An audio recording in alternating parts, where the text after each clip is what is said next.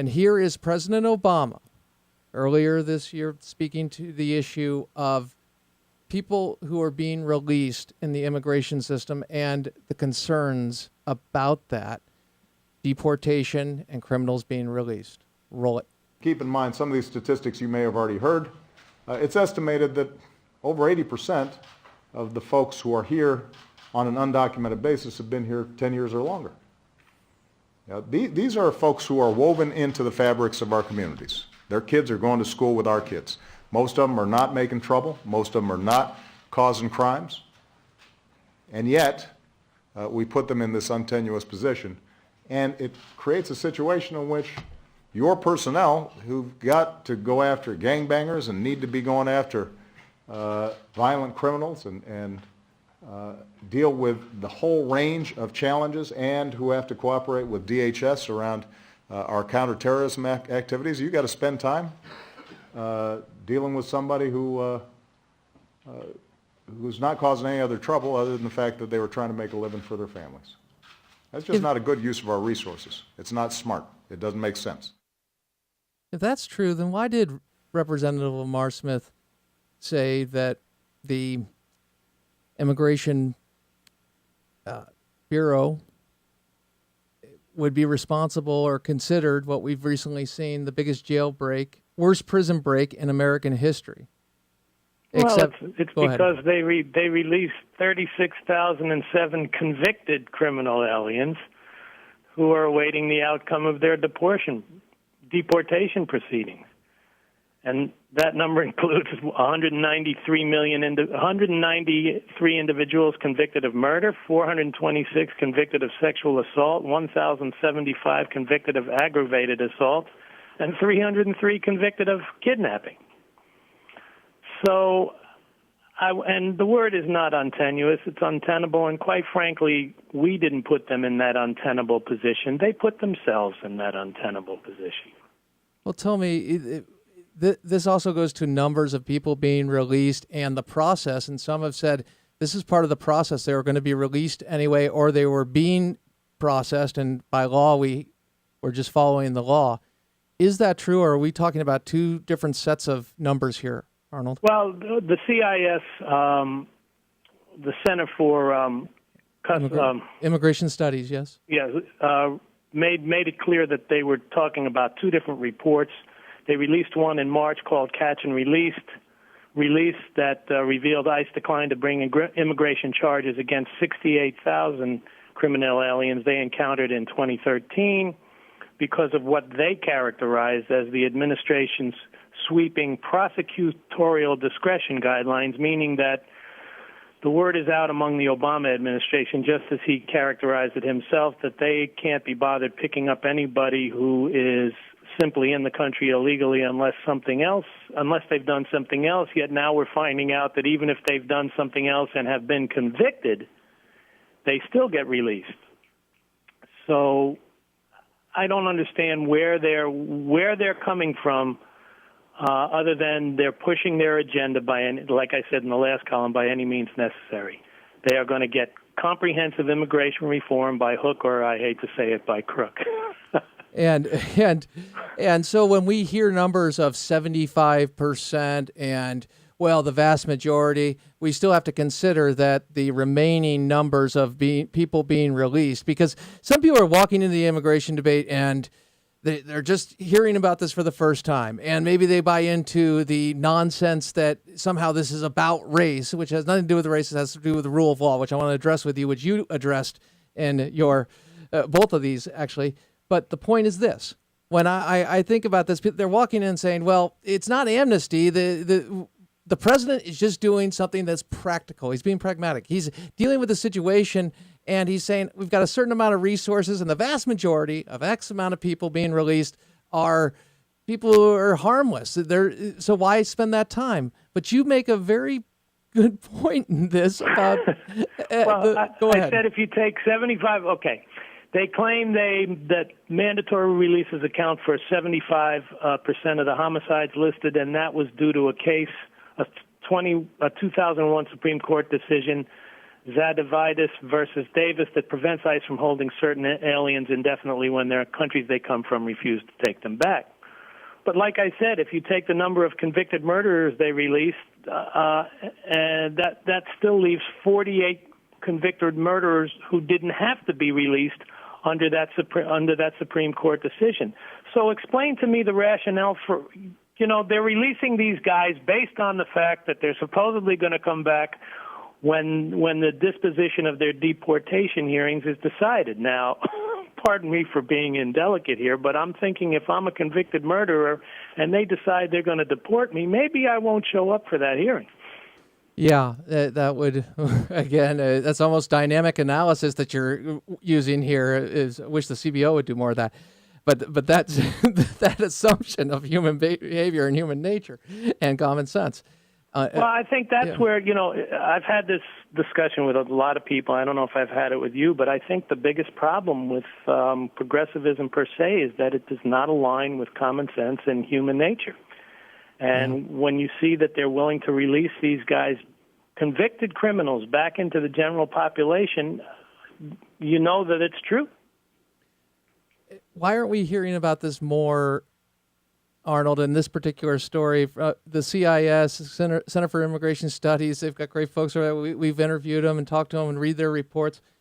Journalists like you breaking this down and saying what is actually happening and pointing out the numbers, which I love how you did that in the article. I don't patronize you, but I think to myself, you've just made a percent human and real to me when we talk about the types of criminals that have been released and the danger they present. Well, I think that you have to do that because it's real easy for people to just talk about this stuff in generalities. But, if one of those 48 murderers is walking around loose in your community or living next door to you or stalking your kid's school grounds, I don't think you're going to be too happy about it. Amen. So now I give you John Boehner, and I got a selection of clips courtesy Can I give him back? I'm passing him. It's a Hail Mary. Here he is. Catch. Tell me, here is John Boehner, February 6th, and a little later this past, I believe in the last month, he made these comments that you've already referenced. This is courtesy of the Lou Dobbs program who put together this. We just grabbed it online. Anyway, here are a few clips for you. Roll it. Listen, there's widespread doubt about whether this administration can be trusted to enforce our laws. And it's going to be difficult to move any immigration legislation until that changes. The appetite amongst my colleagues for doing this is not real good. And this guy's back here with a camera. But here's the attitude. Oh, don't make me do this. Oh, this is too hard. You should hear him. So will the real John Boehner please stand up? Well, I think the real John Boehner is both of those people, depending on the day of the week, and that's really the problem.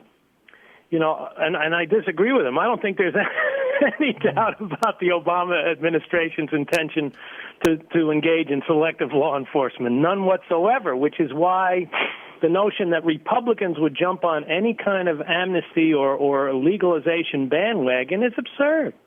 It's just absurd. You look at things like the Secure Fence Act of 2006. We were supposed to build all this fencing on the southern border.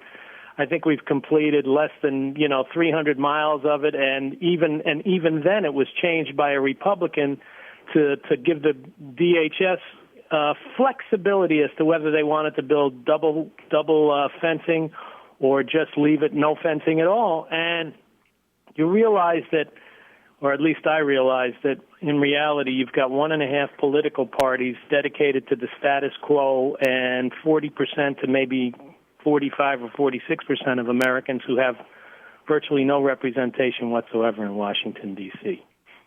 Repeat that last line, because I think that's the key. The fact is, the fact is you have one and a half political parties, and the rationale for the establishment Republicans, and I hate to say it, but I have to believe at this point it's true, is that they would rather be second banana because they still get the spoils of living in Washington, D.C. and being big shots, but they don't have to be tasked with making any responsible decisions.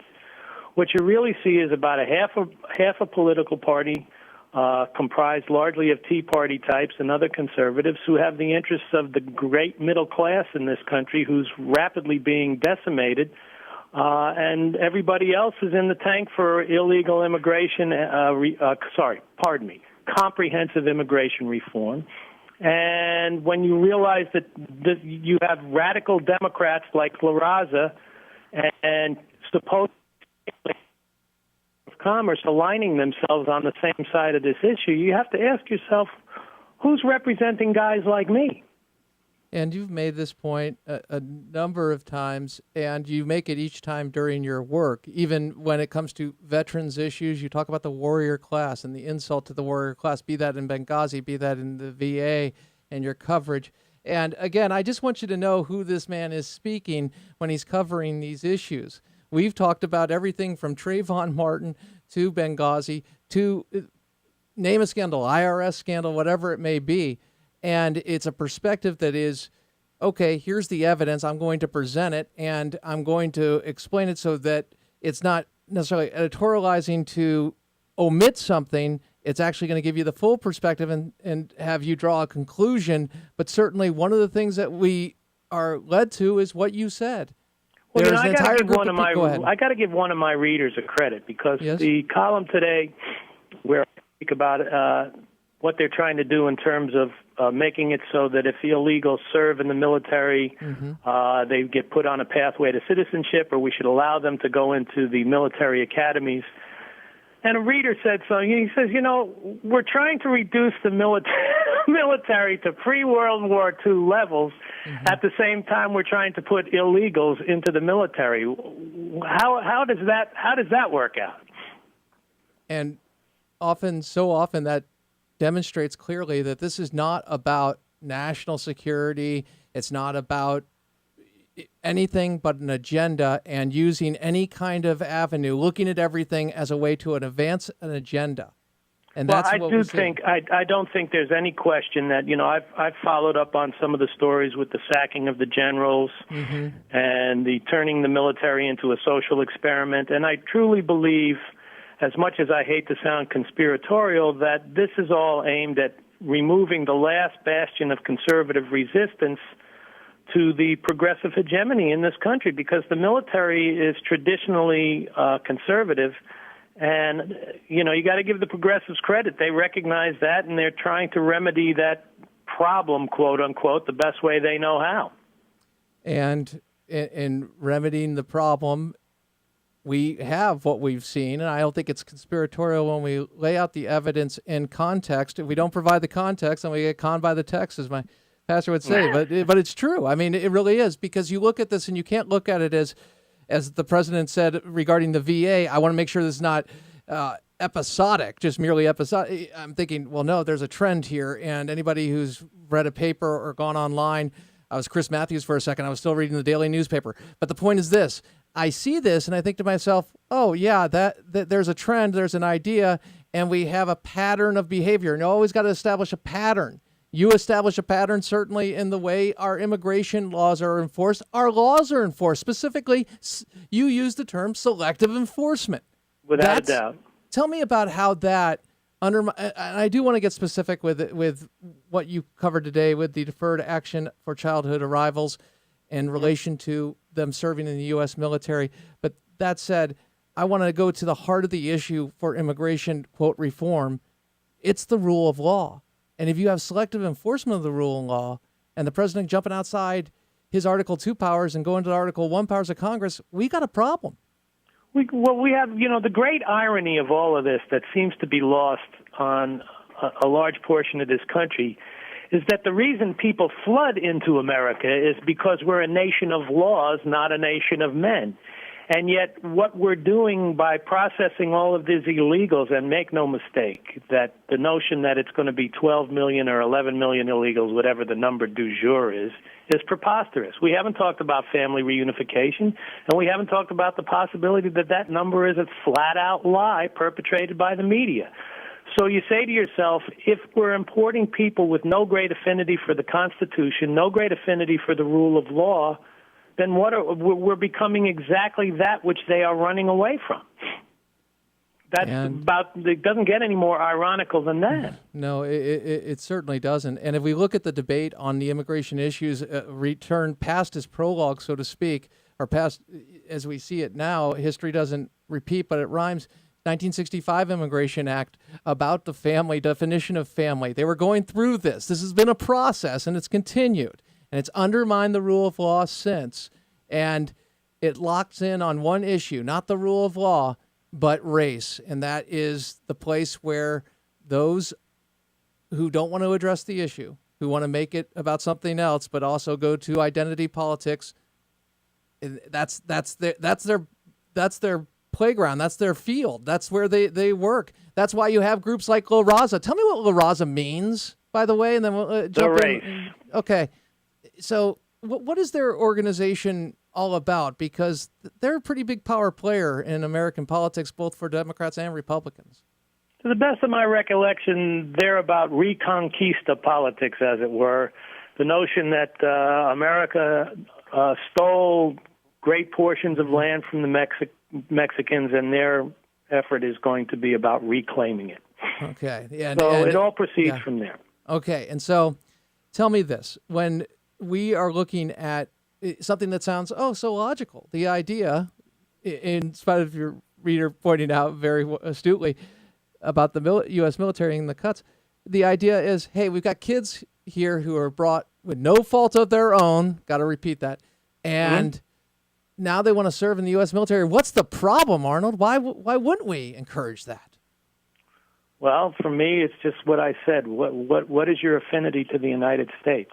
I mean, where are your roots to the United States? What is your grounding in our country, our culture, our customs, our language? I don't get it. I'm not saying that some of them aren't, but again, how much expediency do you tolerate in pursuit of justice or an agenda? I can't answer that question. I have always been of the case that you enforce the law and see what happens. You know, we've never, even from the 1986 Amnesty bill, which legalized, and there was no ambiguity about that. We granted amnesty to 2.7 million illegals, and it was supposedly in exchange for strict border enforcement and a crackdown on businesses that hire illegals. And as the column I quoted in the piece today from the Salt Lake City Tribune states, you know, we're right back. We now have 4 times as many people or more demanding amnesty. And what's going to happen the next time around? Because anybody who thinks that we're suddenly going to enforce the borders now because we legalize an additional however many millions of people we're going to legalize is delusional. It's going to be the same game all over again. And how many illegal aliens are going to be knocking at the door 10, 12 years from now, again demanding to be let in the country or legalized? We've got to consider fairness. If we do it now, we've got to do it later. And that's what comes up against us in the idea of fairness, subjective or otherwise. Tell me this, Arnold. You point to some stats of what the CBO did, and they talk about a couple things about wages, and they also project they go the other way with it. And I was looking at their analysis from the link you provided, and I'm thinking, how is the CBO measuring this? Because it doesn't seem to me, even in the short term, though it decreases wages and opportunity and increases unemployment, they look at it as an overall plus, it seems. How are they getting, what are they doing with the numbers there? Just doesn't make sense to me. Well, I think their contention is that we are going to end up being more or less like Japan. We're going to be a highly aged population searching for workers to underwrite the welfare state that we have gotten used to.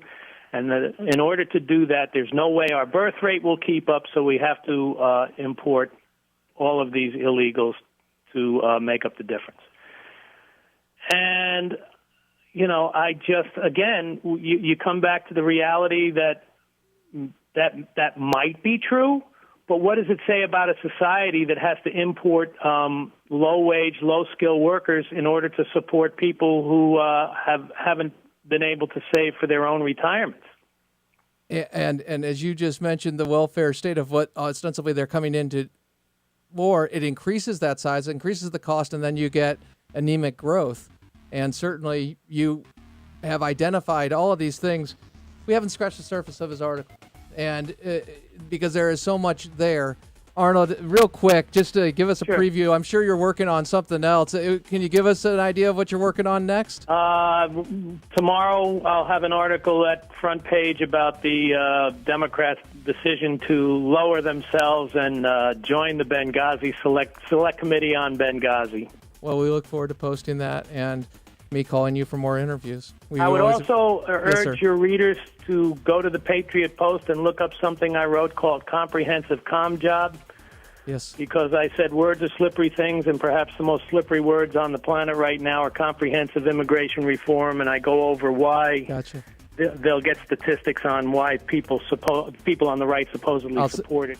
I'll post it at myself on the Facebook and direct. Crane Durham's Nothing But Truth, AFR Talk.